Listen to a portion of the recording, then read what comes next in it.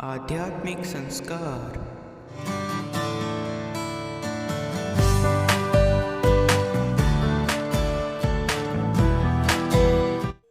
About Almighty Krishna's Bani. Who is watching everyone? आध्यात्मिक संस्कार, आध्यात्म के ओर कदम। गीता ज्ञान। श्रीमद् भगवद गीता के 5वें अध्याय। उसके उपरांत अर्जुन ने पूछा, हे कृष्ण, आप कर्मों के संन्यास की और फिर निष्काम कर्म योग की प्रशंसा करते हैं, इसलिए इन दोनों में एक जो निश्चय किया हुआ कल्याणकारक होए उसको मेरे लिए कहिए। इस प्रकार अर्जुन के पूछने पर श्री कृष्ण महाराज बोले, हे अर्जुन, कर्मों को संन्यास अर्थात मन, इंद्रियों, शरीर द्वारा होने वाले संपूर्ण कर्मों में कर्तापन का त्याग और निष्काम कर्मयोग अर्थात समत्व बुद्धि से भगवद अर्थ कर्मों का करना, ये दोनों ही परम कल्याण के करने वाले हैं। परंतु उन दोनों में भी कर्मों के संन्यास से निष्काम कर्मयोग साधन में सुगम होने से श्रेष्ठ है। इसलिए हे अर्जुन, जो पुरुष न किसी से द्वेष करता है और न किसी की आकांक्षा करता है, वह निष्काम कर्मयोगी सत्या सन्यासी ही समझने योग्य है, क्योंकि राग द्वेषादि द्वंद्वों से रहित हुआ पुरुष सुखपूर्वक संसार रूप बंधन से मुक्त हो जाता है। हे अर्जुन, ऊपर कहे हुए संन्यास और निष्काम कर्मयोग को मूर्ख लोग अलग अलग फल वाले कहते हैं, ना कि पंडित जन, क्योंकि दोनों में से एक में भी अच्छी प्रकार स्थित हुआ पुरुष दोनों के फल रूप परमात्मा को प्राप्त होता है। ज्ञान योगियों द्वारा जो परम धाम प्राप्त किया जाता है, निष्काम कर्म योगियों द्वारा भी वही प्राप्त किया जाता है। इसलिए जो पुरुष ज्ञान योग और निष्काम कर्म योग को फल रूप से एक देखता है, वही यथार्थ देखता है।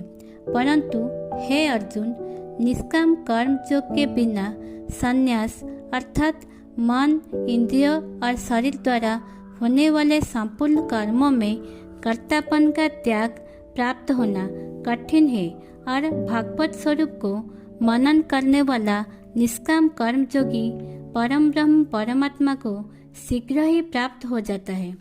बस में किया हुआ है शरीर जिसके, ऐसा जितेंद्रिय और विशुद्ध अंतकरण द्वारा एवं संपूर्ण प्राणियों के आत्मरूप परमात्मा में एक ही भाव हुआ निष्काम कर्म योगी कर्म करता हुआ भी लिपायमान नहीं होता। हे अर्जुन, तत्व को जानने वाला संख्या योगी तो देखता हुआ, सुनता हुआ, स्पर्श करता हुआ, सूंघता हुआ, भोजन करता हुआ, गमन करता हुआ, सोता हुआ, श्वास लेता हुआ, बोलता हुआ, त्यागता हुआ, ग्रहण करता हुआ तथा आँखों को खोलता और मिचता हुआ भी सब इंद्रियां अपने अपने अर्थों में बरत रही है। इस प्रकार समझता हुआ निसंदेह ऐसे माने कि मैं कुछ भी नहीं करता हूँ।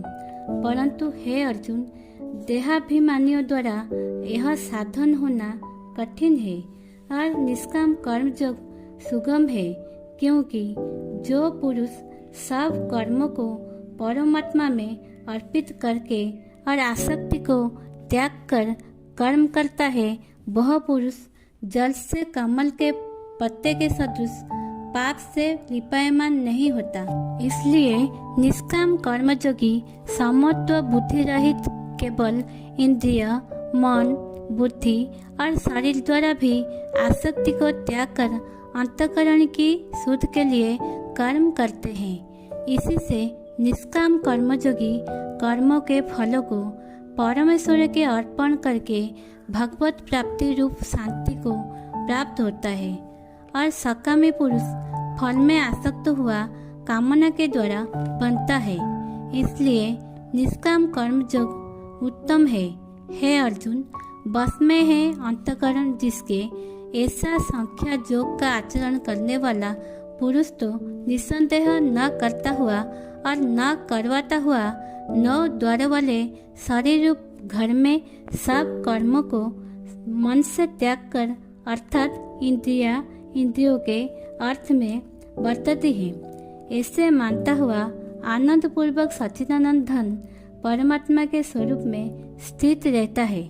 परमेश्वर भी भूत प्राणियों के न कर्तापन को और न कर्म को तथा न कर्मों के फल के संयोग को वास्तव में रचता है, किंतु परमात्मा के सकाश से प्रकृति ही बरतती है, अर्थात गुण ही गुणों में बरत रहे हैं। ऐसे ही नए वीडियो जानने के लिए हमारे साथ जुड़े रहने के लिए सब्सक्राइब कीजिए हमारे चैनल आध्यात्मिक संस्कार को। और अगर वीडियो बहुत अच्छा लगा है तो लाइक कीजिए हमारे चैनल को